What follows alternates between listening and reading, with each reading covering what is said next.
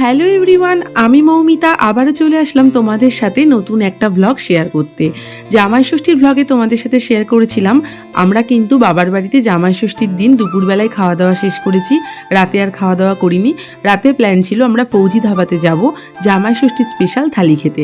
তো আমরা চলে এসেছি ফৌজি ধাবাতে। জামাই ষষ্ঠীর স্পেশাল থালি কিন্তু আমাদের সামনে হাজির, পুরো কাঁসার থালায় গরম গরম খাবার সার্ভ হয়েছে।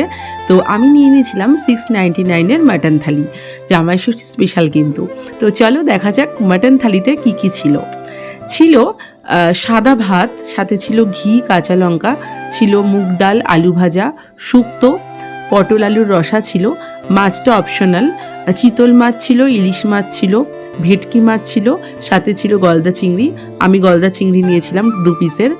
আর ছিল মাটন, ছিল মাটন কষা ছিল, সাথে পোলাও ছিল, স্যালাড ছিল, দই, মিষ্টি। এই ছিল মাটন থালিতে। আর বাদবাকি সন্টাই, দাদা, বৌদি, আমার হাজবেন্ড সবাই ইলিশ মাছ নিয়েছিল, সাথে মাটন ছিল। আর সন্টাই নিয়েছিল চিকেন, নিয়েছিল মানে চিলি চিকেন নিয়েছিল, সাথে রুটি নিয়েছিল, কারণ দাদু বাড়িতেও মাটন খেয়েছে বলে রাতে আর মাটনটাও স্কিপ করলো। তো ভীষণ ভালো খাবার ছিল। আমরা প্রায় 12টার পরেই গেছিলাম, কিন্তু অনেক রাতেও আমরা পুরো ফ্রেশ খাবার পেয়েছি। খুব ভালো ছিল কোয়ালিটি খাবার। আর তোমরা তো জানোই আমরা মাঝে মাঝেই টাইম স্পেন্ড করতে ফৌজি ধাবাতে যাই। তো যারা কাছাকাছি আছো চাকদার, তারা অবশ্যই যেও একবার, ভীষণ ভালো লাগবে তোমাদের। তো লাস্টে তো আমি একটা কফি বার খেলাম অনেক দিন পরেই।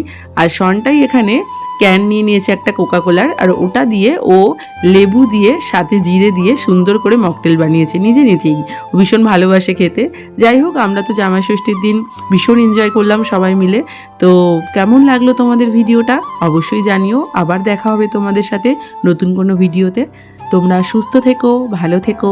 চলো আজকে তবে টাটা।